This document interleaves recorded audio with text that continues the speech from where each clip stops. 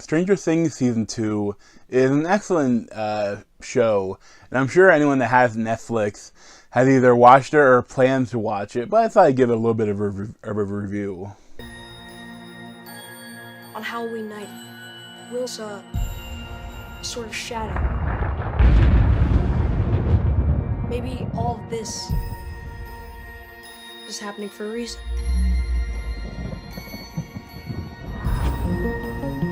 So it's directed by the Duffer Brothers and have a really large cast of characters that are all played perfectly. You know, I love how none of them feel like they're Hollywood people, kind of. You know, they feel normal. They're different. They're like not the normal, like, everyone has a little thing that makes them different from, you know, the average actor. I really like that. It makes it feel real. And, you know, the story is set in the 80s. And, you know, it features a lot of craziness. It kind of inspired by other movies like, you know, Spielberg and Stephen King and all of his books and a lot of those things that happen. And actually inspired a little bit by some real events. You know, with how the government experimented on people with psychedelic drugs, trying to make them have psionic powers. So I absolutely loved Season 1, and actually watched it right before starting Season 2. And, you know, Season 2 doesn't quite match Season 1, but still an excellent season of a show I absolutely loved. So I won't spoil Season 2 at all. And maybe slight spoiler for Season 1, but not too much. So basically, you know, after everything that went down in Season 1, you know, things are getting back to normal. It's like almost a year later. It's around Halloween. And, you know, the group of kids, you know, they are getting together. They're missing 11. And there's a new kid comes in, Mad Max.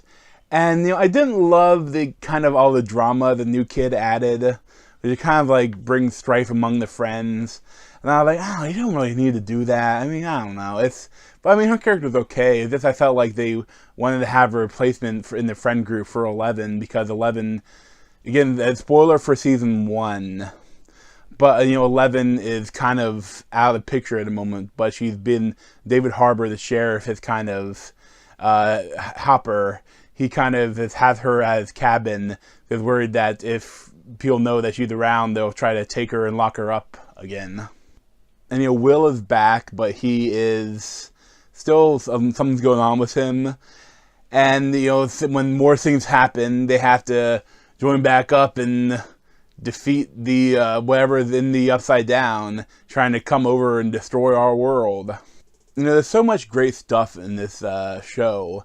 But, you know, one thing I found that, you know, 11, played by Millie Bobby Brown, she is kind of underutilized for this season. And I feel like they almost could have had this season, almost a whole season, without her even showing up at all. And, you know, it's kind of disappointing. But, I mean, she has some cool moments with Hopper, with, like, you know, kind of almost like it being father and daughter, even though they're not.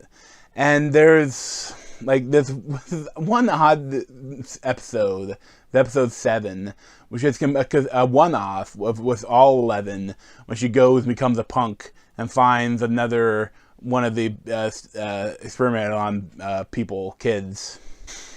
Your parts of the episode are cool. I think the biggest problem is that the previous episode ends on like a cliffhanger, and it's in the main story, and then you go this, and then at the end of it you go back and it's right back into the story, and it feels so odd and out of place. I think if they mixed it in with other stuff, or they done something different, it would have been better.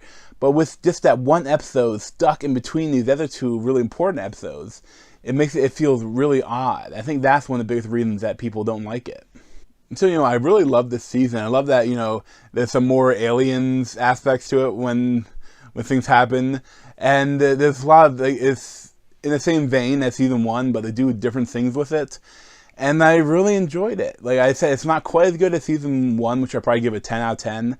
But I give this like a 9.5 out of 10. I definitely recommend it if you have Netflix. And if you don't have Netflix, it might be even worth getting it.